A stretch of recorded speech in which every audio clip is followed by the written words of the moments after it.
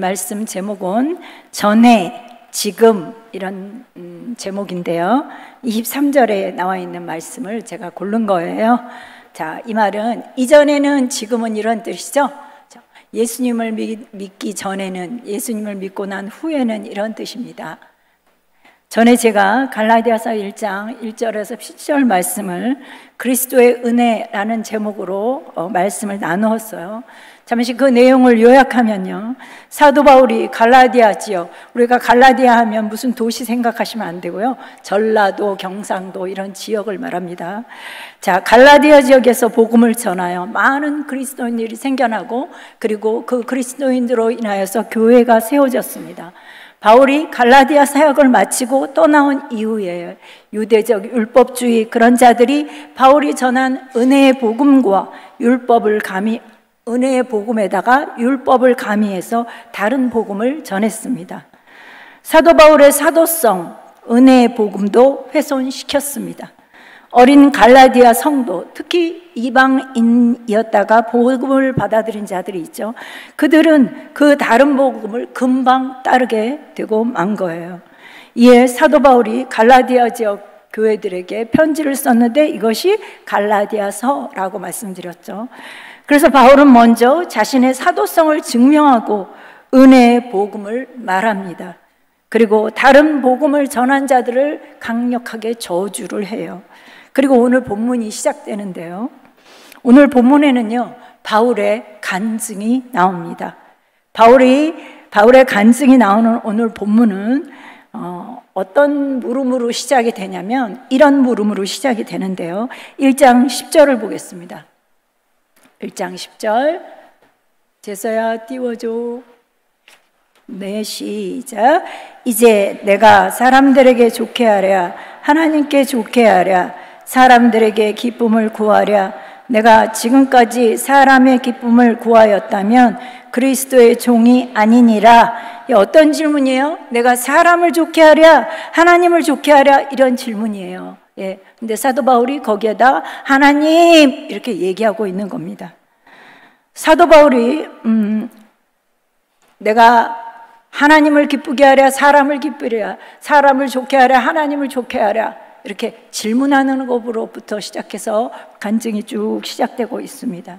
자, 복음은 사람의 비위를 맞추려는 그런 심리, 인정받으려는 그런 욕구를 점점 사라지게 합니다. 왜냐하면 하나님은 내가 쓸만하거나 자격이 있어서가 아니라 아무 이유 없이 사랑을 하십니다. 그래서 자기 아들도 아끼지 아니하시고 우리를 위해서 내어주시고 또 모든 것을 은사로 선물로 다 주신다는 로마서 8장 32절 말씀은 하나님의 사랑이고 하나님의 은혜의 복음입니다. 사람은 달면 삼키고 쓰면 뱉잖아요. 예. 그런데 평생 안전한 사랑이란 우리에게 하나님의 이 사랑뿐입니다. 주님의 이 사랑은 절대로 변하거나 사라지지 않습니다. 이것이 바로 하나님의 은혜입니다. 하나님의 사랑, 그리고 이 복음을 받아들이고 신뢰하는 사람은 하나님의 온전한 그런 은총과 충분한 그런 인정을 받았기에 인간의 인정과 평가에 연연하지 않고 옳은 길을 쭉 갈 수가 있습니다. 자신이 하나님이 아니라 사람을 기쁘시게 하면, 다른 말로 말하면 또 사람의 비위를 맞추면 그리스도의 종이 될 수 없다, 이렇게 사도 바울이 얘기하고 있어요. 그렇죠? 자, 그만큼 이 문제가 사람의 비위를 맞추냐 하나님의 비위를 맞추냐, 이게 사람도 좋고 하나님도 좋으면 금상첨화지만 둘이 다를 때를 얘기하고 있는 거예요. 자, 그것이 엄청나게 중요한 문제라는 거예요. 여러분, 사람의 비위를 맞추지 말라 하니까 어떤 사람은 나는 사람 비위 안 맞춰! 이러면서 함부로 말하고 무례하고 이런 사람이 있어요. 그거는 사람의 비위를 안 맞추는 거와 상관없습니다. 본인이 예의가 없고 무례하고 허접하다 하는 것을 나타내는 것뿐이에요. 근데 가끔 그런 사람이 있어요. 난 사람 비위 안 맞춰! 이렇게 하면서 무례하고 A였고 이렇게 하는 경우가 있는데 그거와는 상관이 없습니다. 자, 그래서 하나님이 아니라 사람의 비위를, 하나님이 아니라 사람의 기쁨을, 하나님이 아니라 사람을 두려워하는 그런 죄, 이거를 성경 곳곳에 언급하고 있어요. 잠언 29장 25절입니다. 네, 같이 읽어볼까요? 시작. 사람을 25절 제사야 25절. 네, 우리가 찾을까요? 잠언 29장 25절 찾아보세요. 찾으실 수 있죠? 29장 25절.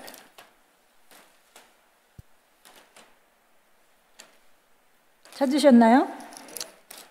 같이 읽겠습니다. 시작. 사람을 두려워하면 올무에 걸리게 되거니와 여호와를 의지하는 자는 안전하리라. 예, 사람을 두려워하면요, 이 말은 하나님을 두려워하는 것과 반대예요. 예, 사람을 두려워하면요, 사람의 칭찬을 탐하고요, 사람의 비난을 겁내게 됩니다.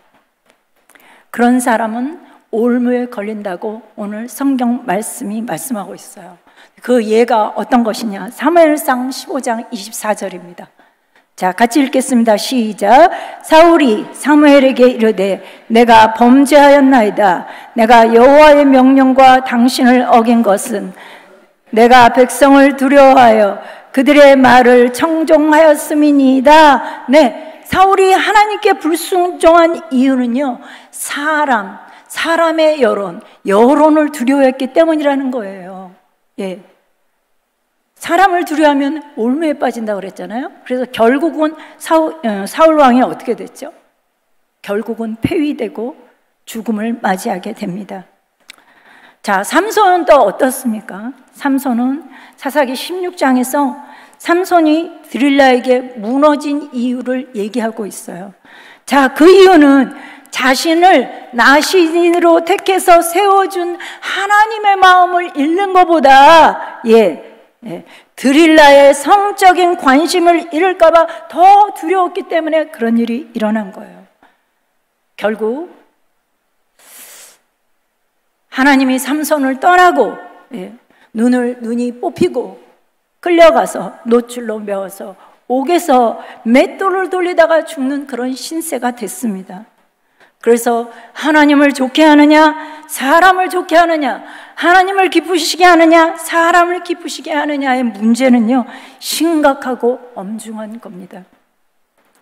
그런데요, 은혜의 복음은요, 하나님은 무조건적이고 변함없는 영원한 사랑을 우리에게 주시고요, 무조건적이고 변함없는 영원한 인정을 우리에게 주시고요, 무조건적이고 변함없는 영원한 은혜를 주시는 분이시기 때문에 사람을 좋게 하려는 유혹에서 우리가 벗어나서 하나님을 기쁘시게 하게 됩니다.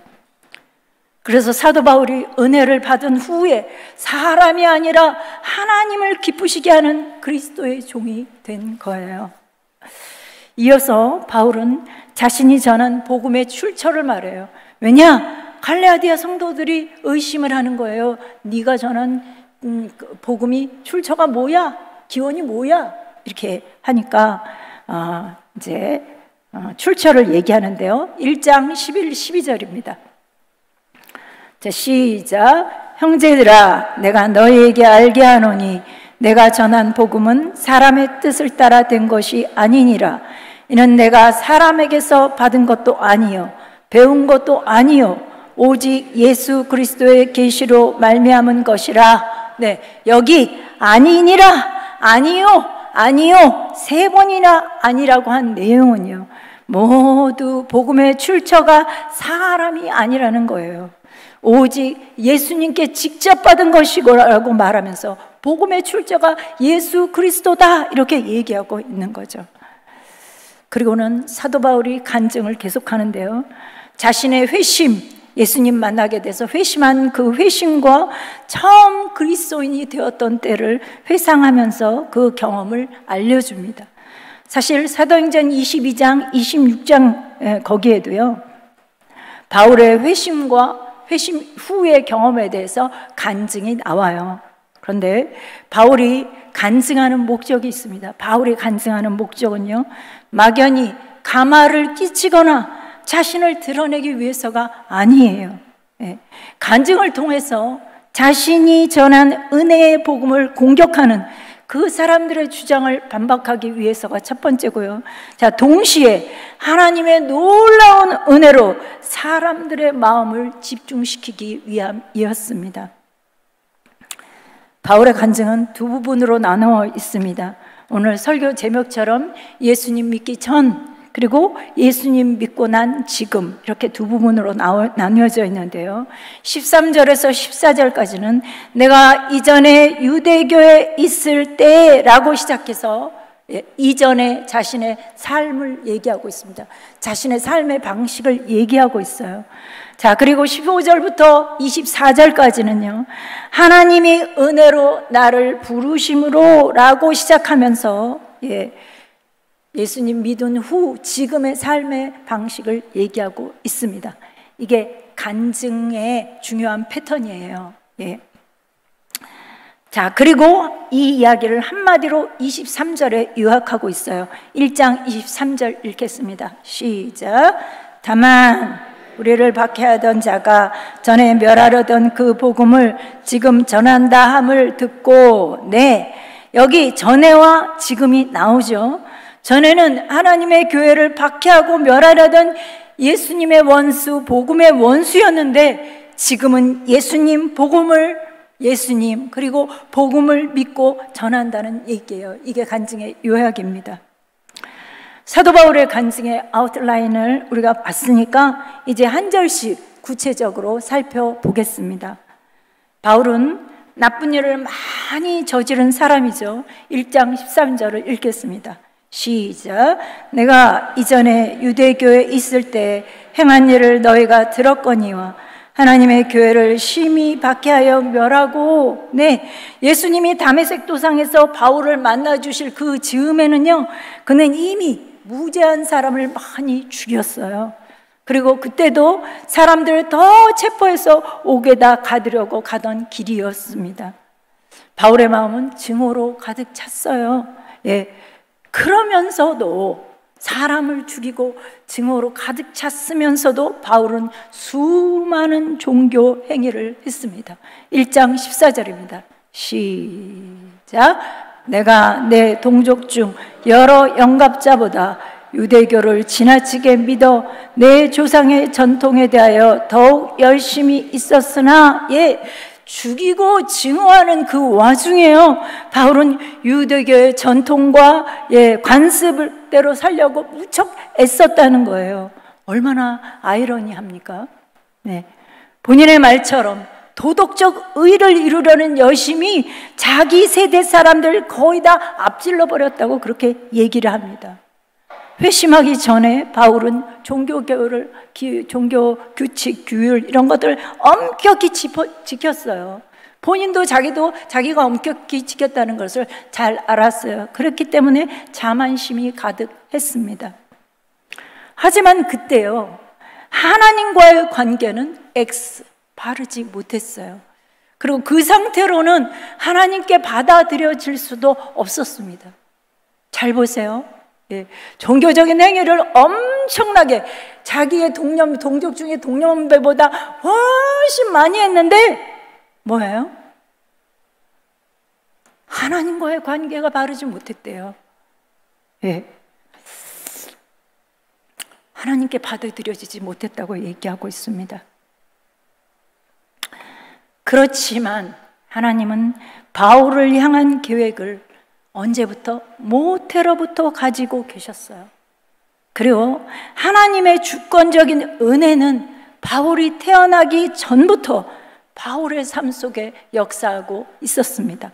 1장 15절입니다. 같이 읽겠습니다. 시작. 그러나 내 어머니의 태로부터 나를 택정하시고 그의 은혜로 나를 부르신 이가, 바울이 자격이 있어서 쓸모가 있어서 부르신 것이 아니라 어머니 태에 있을 때, 그때 무슨 자격 여부를 알 수가 있어요. 그죠?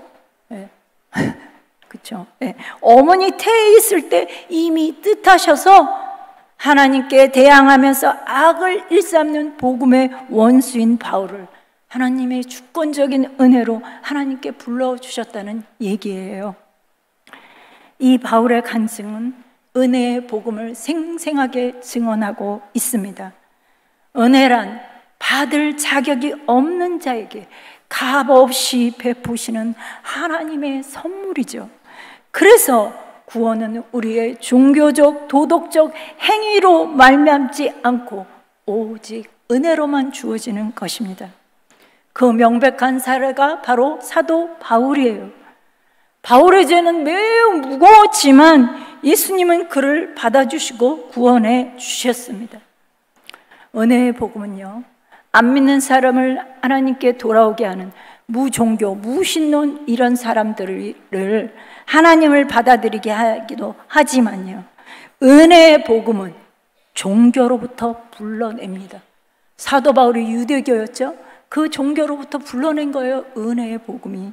네. 바울은 아주 종교적이었지만 은혜가 필요했고요, 치명적인 흠이 있었지만 하나님의 은혜로 복음 안으로 들어올 수 있었습니다.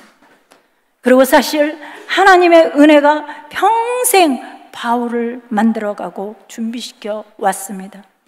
주님은 복음의 원수된 바울의 의도를 뒤엎어버리시고 모든 경험과 실패까지 사용하셔서 바울을 준비시키셨습니다. 정말 놀라운 일이죠. 그러나 하나님의 은혜는 거기서 끝이 아니에요. 은혜가 바울 안에, 바울을 통해서 계속 역사를 했습니다.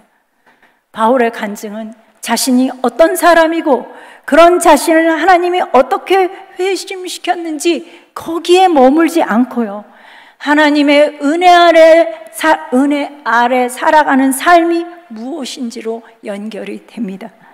자, 첫 번째가 1장 16절입니다. 같이 읽겠습니다. 시작. 그의 아들을 이방에 전하기 위하여 그를 내 속에 나타내시기를 기뻐하셨을 때 내가 곧 혈육과 의논하지 아니하고. 네, 하나님이 예수님을 바울 속에 나타내셨다라는 말이 무슨 뜻일까요? 하나님은 다윗의 도상에서 분명히 바울에게 예수님을 계시하셨습니다. 그때 바울은 예수님이 누군지 깨달았어요. 예, 살아계신 그리스도를 직접 만난 거죠. 그러나 또 한편으로 바울은 자신이 다른 사람들에게 예수님을 전하도록 부름을 받았다는 것을 즉각 깨달았어요. 그래서 16절 말씀은 하나님이 바울을 통해 그리스도를 계시하시려고, 네, 바울에게 그리스도를 계시하신 거예요. 뭔 말이야? 예, 예, 하나님이 바울을 통해서 그리스도, 먼저 그리스도가 바울에게 계시를 하시고, 예, 자, 바울을 통해서 다시 그리스도를 다른 사람에게 계시하려고 했다는 거예요. 예, 그래서 바울에게 하나님께서 계시해 주셨다는 거죠. 자, 그 다른 사람은 이방인입니다. 그래서 사도 바울의 사명이 이방 선교였습니다. 그래서 은혜 아래 사는 사람의 삶은 나를 통해서, 자신을 통해서 다른 사람에게 그리스도를 나타내는 삶이란 거예요. 하나님의 은혜 안에 살아가는 삶은 삶을 바울이 또 소개하는데요. 1장 17, 18절입니다. 시작. 또 나보다 먼저 사도된 자들을 만나려고 예루살렘으로 가지 아니하고 아라비아로 갔다가 다시 다메섹으로 돌아갔노라. 그 후 3년 만에 내가 게바를 방문하려고 예루살렘에 올라가서 그와 함께 15일을 머무는 동안, 예, 바울이 지나온 성장, 예, 예수님 믿고 지나오면서 성장한 것과 제자의 길을 지금 소개하고 있는 거예요. 바울은 한동안 하나님과 단둘이 지냈습니다. 그 시절 성경을 공부하고 묵상하는 일을 가장 중요하게 하고 있었던 거예요. 바울이 예수님을 만나 회심했지만, 예, 하나님을 인격적으로 더 깊이 알아가는 것은 매우 중요한 일이었습니다. 그래서 그곳에서 장기간 하나님의 말씀을 묵상하며 자기에게 계시하신 그리스도를 전할, 나타낼 준비를 하고 있었던 거예요. 우리가 살고 있는 이 시대는요, 활동, 성취 이런 거가 너무 강조되는 그런 경향이 있습니다. 그래서 성찰이니 묵상이니 이런 것들은 뒷전이에요. 어떤 분이 오래전에 저에게 이런 이야기를 하셨습니다. 우리 교회 권사님들은 마음만 합치면 소도 때려잡아요 하신 거예요. 제가 그 얘기를 듣고 얼마나 감사하니, 일을 너무 잘하신다니까 얼마나 감사해요. 너무너무 든든한 거예요. 그런데 저는 이런 이야기도 듣고 싶습니다. 우리 교회 권사님은 가정에 역사하는 마귀를 때려잡는 건 일도 아니야. 또 우리 교회 권사님들이 마음만 아프면 이 옥계동에 있는 중구, 동구 전체에 역사하는 마귀를 때려잡는다니까? 이런 말을 들었으면 좋겠습니다. 할렐루야! 일과 하나님과의 관계, 이것이 두 개가 다 있었으면 좋겠다는 얘기입니다. 예수님을 만나고 성장하며 제자의 길을 준비함에 있어서 말씀 공부와 묵상, 기도를 통해서 하나님을 인격적으로 깊이 알아가는 것은 필수입니다.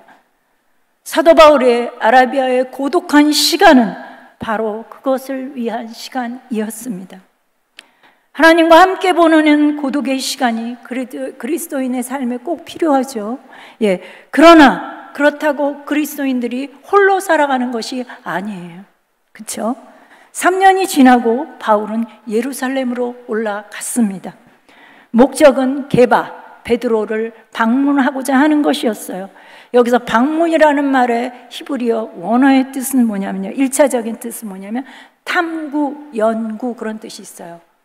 요즘 우리말로 말하면 인터넷, 인터뷰, 검색 이런 말이라고 볼 수가 있습니다. 바울은 단지 베드로를 문안하려고 간 것이 아니고 베드로에게 가서 교제하면서 인터뷰하면서 뭐예요? 자신이 받은 복음을 검증하려고 간 거예요. 그리고 또한 그들과 연합하려 갔습니다. 심지어 사도 바울도 다른 사람과 연합을 이루고 자신과 그들의 메시지가 일치함을 보여야 했습니다.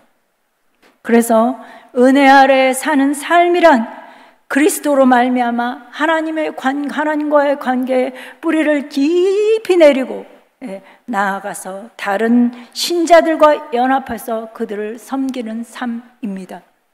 생각보다 하나님께 뿌리를 깊이 내리지 않아서 나중에 더 혼란스러워하는 사람들이 많아요. 그래서 여기 주일학교, 교회학교 선생님들이 있으면 잘 들으세요. 걔네들이 교회학교에 10년 이상 다니면서 하나님께 뿌리를 깊이 내리지 않잖아요. 그러면 어떤 일이 일어날지 모릅니다. 사도 바울은 이 간증을 하면서 동시에 자신의 사도됨과 자신의 복음을 증명하고 있습니다.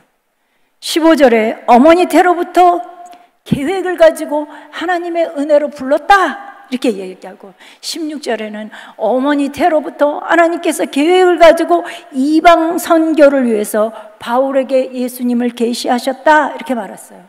근데요, 계시를 받은 후에 바울이 뭐라고 얘기하냐면 혈육과 의논하지 않았대요. 이제 아니고 또 나와요. 혈육과 의논하지 않았답니다. 사람 안 만났대요. 나보다 먼저 사도된 자를 만나러 가지 아니하고, 또 아니죠. 사람 아니고 이런 말이에요. 3년이나 뒤에 예루살렘에 올라갔는데요. 그때도 베드로와 야고보를 딱 15일만 봤다는 거예요. 뭐예요? 일종의 알리바이를 대는 거예요. 자기가 전한 복음의 출처는 사람이 아니고 예수님의 계시라고 말하는 거예요. 덧붙여서 이 말은 절대 거짓말이 아니라고 강조를 합니다. 왜 강조해요? 출처가 사람이 아니고 예수 그리스도라는 것이 그만큼 중요하다는 거예요. 예. 그 후에 바울은 어떻게 살았다고 간증을 하나요? 1장 21절에서 24절입니다. 네, 읽겠습니다. 찾으셨어요? 시작. 그 후에 내가 수리아와 길리기아 지방에 이르렀으나 그리스도 안에 있는 유대 교회들이 나를 얼굴로는 알지 못하고 다만 우리를 박해하던 자가 전에 멸하려던 그 믿음을 지금 전한다함을 듣고 나로 말미암아 하나님께 영광을 돌리니라. 네, 그 후로 수리아 길리기아, 여러분이 어디야? 이런 생각이 드는데 가이사라 다소 이렇게 생각하면 조금 잘 기억하실 수 있는데요. 자, 거기서 약 14년 동안 사역을 해요. 오랜 기간 이방 땅에서 사역을 하니까 유대 지역의 교회 사람들은 바울을 얼굴과 얼굴로 대면하여서 볼 수가 없었죠. 예. 그러고 소문만 돌았어요. 어떤 소문이냐? 예. 전에 우리를 박해하던 사람이 이제는 자기가 없애려던 그 복음을 전한다는 그런 소문이 떠돌았습니다. 그리고 그것 때문에 유대 지역의 교인들이 하나님께 영광을 돌렸다고 바울이 간증을 합니다. 말씀을 정리하겠습니다. 바울의 부르심과 사명은 그가 자격을 갖추기 전에 하나님의 은혜로운 선물로 주어졌습니다. 우리의 부르심과 우리의 사명도 하나님의 은혜로운 선물로 주어진 겁니다. 그래서 바울은 자신의 자격 없음을 증거하면서 하나님의 은혜를 강조하는 간증을 합니다. 동시에 자신을 공격하는 유대적 율법주의자들에게 자신의 사도됨과 자신이 전한 복음은 오직 예수님이 출처다, 예수님이 계시하신 것이라고 간증을 합니다. 결국 자신의 그런 변화로 말미암아 하나님의 은혜로 위한 자신의 변화로 말미암아 많은 사람들이 하나님께 돌아오고 하나님께 영광을 돌렸다고 간증합니다. 사랑하는 충일가족 여러분, 하나님의 선물로 주어진 구원과 사명을 간증할 수 있도록 간증을 준비하시기 바랍니다. 그리고 주변 사람들에게 들려주십시오.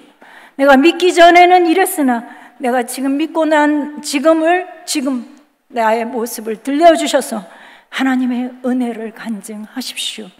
그리고 그 간증으로 많은 사람들이 하나님을 경배하며 하나님께 영광 돌리기를 축원합니다.